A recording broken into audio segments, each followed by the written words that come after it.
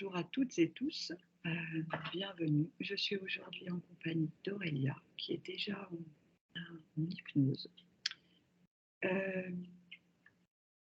Aurélia, tu peux commencer à ouvrir ton écran par tout autre moyen qui te sied et faire apparaître le titre de cette enquête, les apnéistes.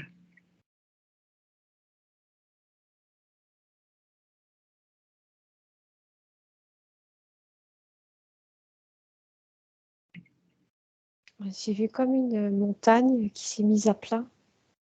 Mmh.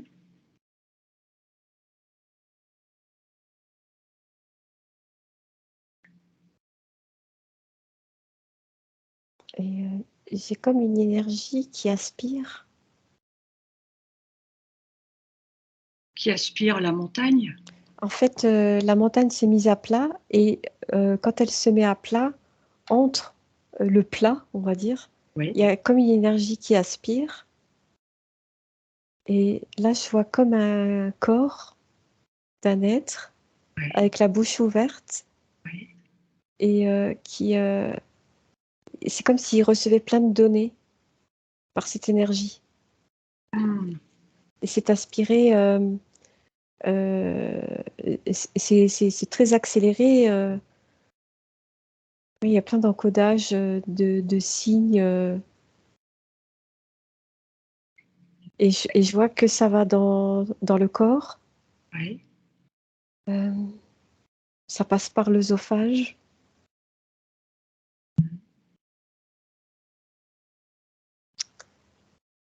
Ça fait des ramifications, mais plutôt dans les reins. D'accord. C'est marrant, j'ai cette sensation, moi, au niveau du plexus, que ça s'accélère. Je ne sais pas si c'est pareil pour toi. Non, pour le moment, je n'ai rien. Et cet état que tu décris, c'est quand ces personnes sont en apnée? C'est ce qui m'est montré. D'accord. Du coup, le fait qu'ils soient dans cet état leur permettrait d'accéder à des codes, des activations particulières? J'ai bien compris ce que tu décrivais? De ce qui m'est montré, oui. Oui. Pour l'instant, je ne vois pas de polarité du style positif et négatif. D'accord, C'est juste un processus qui m'est présenté. d'accord. Et là, c'est concentré sur les reins. Ça fait comme des tourbillons Mmh. d'énergie. Oui. Après, cette énergie remonte par l'œsophage et c'est comme s'il y avait des clapets dans l'œsophage qui Oui. se poussent. Et, et, et là, je vois l'être en fait qui se met en position assise et qui reprend sa respiration, on va dire, dans le physique, D'accord. très profondément, Oui. comme un peu en panique. Et Mmh. après, automatiquement, se met en position de sommeil. Je vois rien par le nez, tu vois.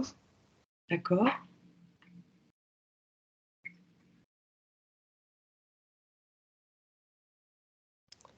Du coup, là, ce qui t'est montré, tu sais pas si c'est quelqu'un qui est en apnée ou qui aurait fait un exercice pour?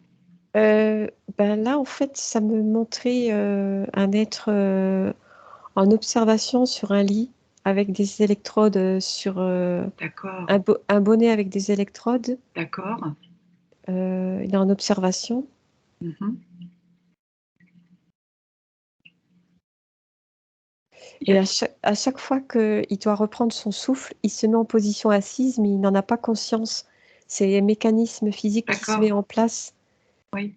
et il se recouche. Alors c'est vrai qu'il y a eu, ces personnes qui font de l'apnée, il y a beaucoup de scientifiques qui étudient, hein, leur mode de fonctionnement parce qu'il y a forcément des incidences sur le corps. c'est comme s'il y avait un décalage énergétique et physique. Parce que le corps physique reprend un mécanisme et il est Oui, complètement perdu, éloigné. oui, Et, euh, et je vois qu'il y a le processus énergétique qui se fait en oui. superposition. C'est pas fractal, c'est oui, en superposition. Comme si c'était en même temps dans une autre dimension, quelque part, on pourrait dire ça. Ouais, c'est interdimensionnel. C'est ça. Mais Mm. c'est dans l'étude qui est faite, ils voient sur le plan physique, mais il devrait Oui, plutôt être étudié sur le plan énergétique, oui. Mais parce juste, que ça peut oui. pas être compréhensible. Mm. Par l'humain, oui. Que Oui, par ce qu'on connaît nous actuellement, par exemple. C'est ça que tu veux dire? oui. Et justement, est-ce que toi, d'où tu es, tu peux voir qu'est-ce qui se passe au niveau énergétique quand ces personnes font de l'apnée? Il y a une sorte d'aspiration, euh, d'encodage Oui, qui circule donc de la bouche jusqu'au rein, oui, et ça se concentre donc au rein, comme je dis tout à l'heure, et oui. après, ça ressort par clapet. Euh, c'est un mécanisme aussi énergétique. Euh, Qu'est-ce qui apporte ce mécanisme énergétique? Est-ce que tu peux voir quelque chose par rapport à ça? En fait, Intéressant. c'est comme Pardon. si c'est comme un dysfonctionnement en fait énergétique. D'accord? Au lieu de passer par le coronal, ah oui, Ouais. d'accord. Ce sont des êtres qui ne sont pas du tout en structure énergétique. Ok. Euh, Ils sont pas du tout en centrage, en canal, entre guillemets, oui, canal en verticalité. D'accord.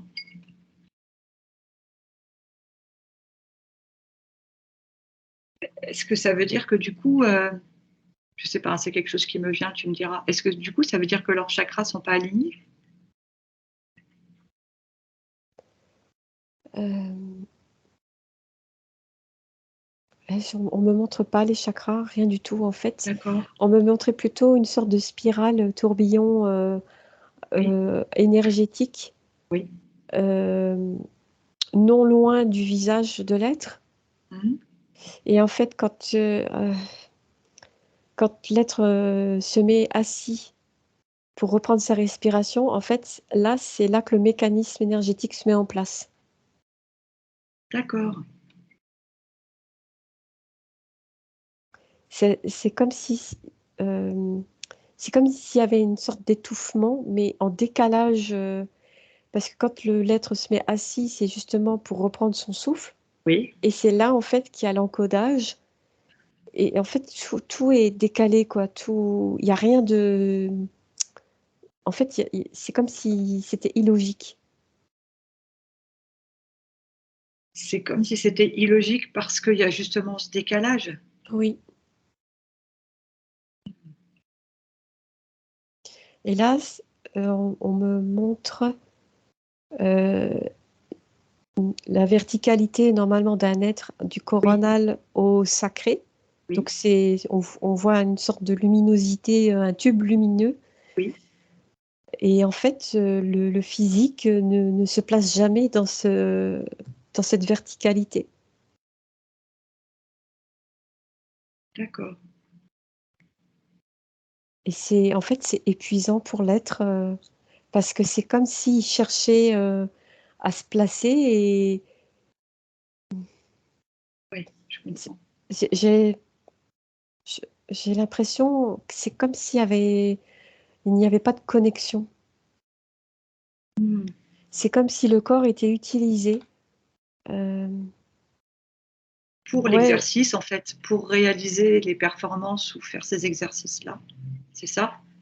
bah là, ça me montre toujours dans cette observation. Oui. mais ça retentit aussi pour d'autres êtres chez eux. C'est Est-ce que, alors, je vais te poser une... Vas-y Aurélia, excuse-moi. c'est une distorsion de l'âme, en fait. Hmm. Tu vois, c'est comme... comment je pourrais expliquer ça? Parce que comme c'est douloureux pour le corps, il y a comme un décalage de l'âme par rapport à ça. Oui. En fait, l'âme n'est jamais alignée. Elle n'est jamais dans le corps, entre guillemets. Ok. C'est comme si ça faisait un décalage holographique, tu vois. Oui, oui, je vois ce que tu veux dire. Et en fait, les informations, elles rentrent par une ouverture, mais cette ouverture c'est pas néfaste, elle est inappropriée. Ouais.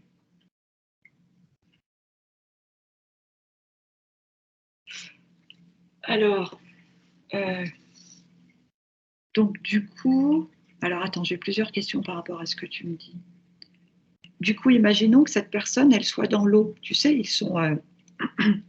alignés, debout. Est-ce que le fait d'être, parce que c'était ça aussi qui m'interpelle, est-ce que le fait d'être dans cet élément eau, ça modifie quelque chose?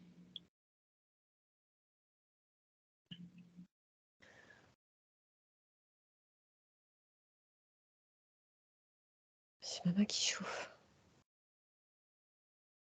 C'est comme si je vois un apnéiste. Oui, Euh, alors, là, ça m'est présenté comme s'il était un poids mort. ouais, Il plonge les pieds vers le bas, ouais. en droit, et ça me montre en fait toutes les gouttelettes d'eau dans le corps qui se referment.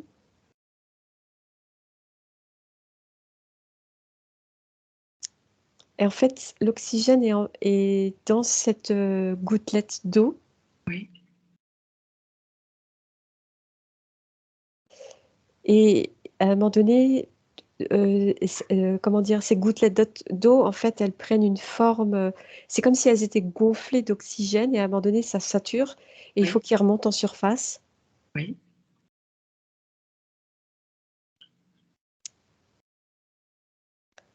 Après, je vois un autre être qui est avec une assistance, une sorte de robot monté sur un cordage électrique.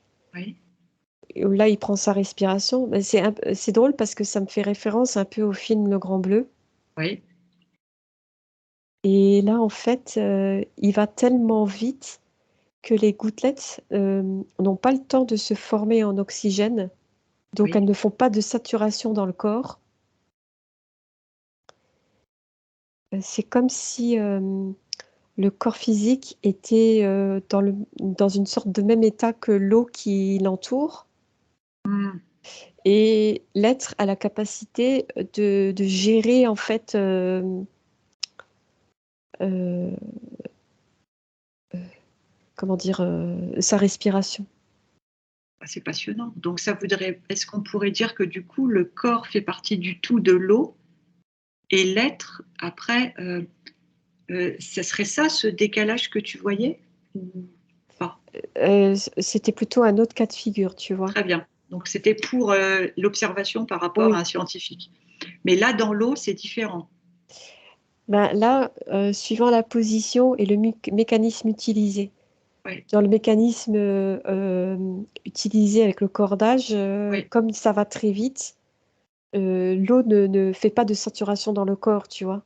oui. Et du coup, alors, est-ce que tu peux voir à ce moment-là, l'âme, elle est, tu sais, tout à l'heure, tu disais pour l'observation avec le scientifique, Mm. avec le retour à la respiration, il y avait un décalage. Là, qu'est-ce que tu as comme information?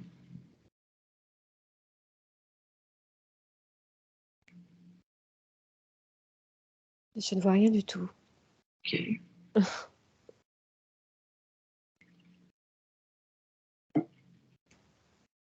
Ça m'indique juste maîtrise de soi. ok. C'est surtout pour l'être qui part avec le mécanisme, là, il a Oui, une capacité d'intériorité. Hmm. C'est comme si c'est son monde, l'eau. Donc il n'y a pas de Ouais. peur, il n'y a pas de jugement, il y a une totale confiance. Il y a comme une osmose Oui, entre lui et ce milieu-là. oui. Hmm. Mais je vois pas du tout l'âme. D'accord. Mm. Mais peut-être qu'en plus, si à ce moment-là, il y a une telle osmose, Mm. on peut pas, justement, tu peux pas le voir, en fait, puisque tout ne fait plus qu'un, il n'y a plus Mm. d'être, il n'y a plus... Ouais, ça serait une explication. Euh, je voulais te demander, est-ce que ces personnes qui font ça ont une particularité, quelque chose dans leur corps ou dans leur être qui fait qu'ils ont plus ces facilités que d'autres personnes? Est-ce que peut-être tu pourrais aller voir, prendre un exemple d'un apnéiste et puis peut-être après voir avec une personne qui n'en fait pas, qu'est-ce qui fait que certains ont cette capacité de se retrouver en osmose avec ce milieu et d'autres pas? Est-ce qu'il y a des capacités particulières d'ailleurs ou pas? C'est, Alors tu vois, pour celui qui est assis et qui plonge tout droit, oui, c'est comme s'il y avait une apparence de poisson au niveau de ses jambes. oui, Ça m'est montré un peu grossièrement. C'est comme si c'était quelqu'un qui voulait s'approprier euh, un mécanisme dans l'eau, tu vois, oui. usurper euh, cet attrait. Mm.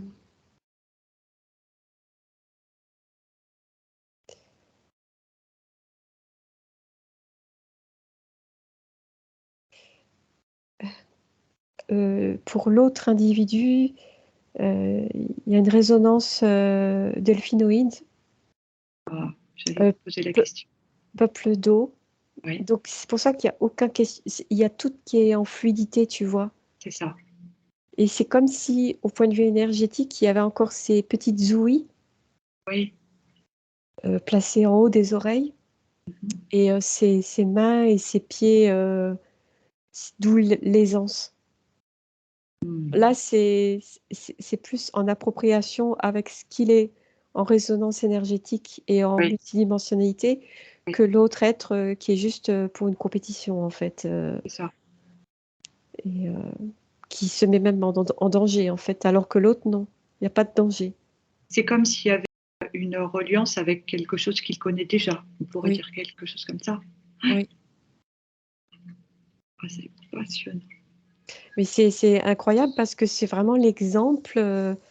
C'est comme si on m'avait mis la référence de ce film Le Grand Bleu Mhm. et je vois les deux situations en fait. Ouais.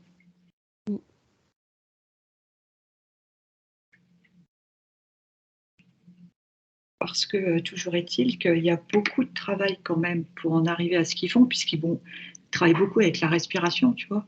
Comme Oui. tu voyais la personne au départ, tu disais qu'elle était assise. Il y a beaucoup de travail de respiration pour. Là, c'est surtout une introspection. C'est ça, c'est C'est, ça. ils vont au plus profond d'eux-mêmes. Ouais. Et quelqu'un qui vit tout le temps par rapport à l'extérieur ne peut pas se permettre ça ou Mm. se met même en danger. Bah oui, parce qu'on. C'est contre nature. C'est ça. Parce qu'on imagine bien que descendre à 120 mètres, il ne faut pas faire C'est, une crise d'angoisse à ce moment-là. On est bien voilà, d'accord. puis c'est des capacités innées en fait. Mm, mm.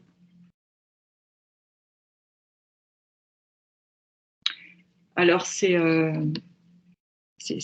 passionnant ce que tu dis parce que moi, c'est quelque chose qui m'interpelle quand même parce que c'est quand même assez extraordinaire en soi.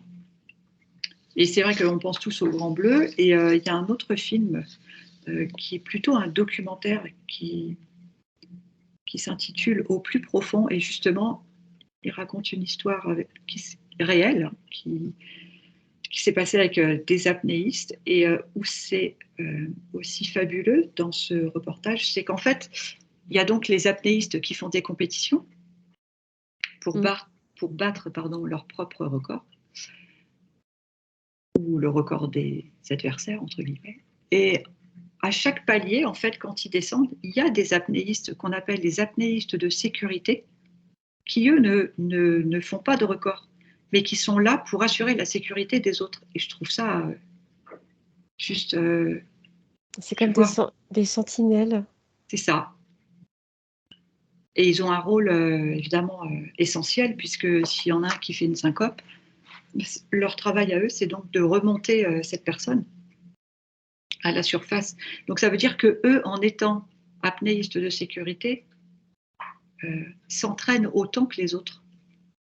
Et il y a une forme de bienveillance, enfin je sais pas, de générosité pour pouvoir apporter ce soutien, tu vois, ce sauvetage si besoin. Ouais. Ça me dit vraiment des sentinelles. Ils ont une aisance. Oui.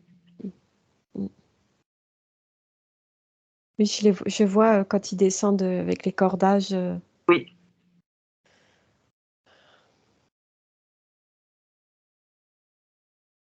Donc toujours est-il que c'est pas pour tout le monde. Oh non, du tout. Ça, on est d'accord. Et le fait que, on va prendre l'exemple de Jean-Marc Barr dans le Grand Bleu, justement. Oui. Qu'est-ce qui se passe au moment où il repart pas, où il remonte pas? Il est appelé. En fait, il a toujours été appelé. Et s'il a fait son œuvre d'apnéiste, c'est justement pour rejoindre là où il devait être. Ah, ça vibre, ce que tu dis. C'était son monde. Ouais. Il en avait presque oublié son corps physique. Ça. Et ça n'a pas été compris par son entourage. C'est ça qui l'a guidé tout le temps, en fait. Ouais. Et pour lui, c'est pas une mort, c'est une renaissance.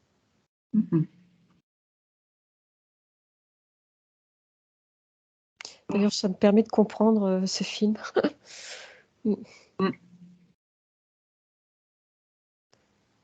C'est passionnant. Et par exemple, il y a quelque chose qui me vient qui n'a pas rien à voir. Enfin, comment dire, tu vois, on parle des apnéistes, donc ils sont plongés vraiment dans l'élément eau.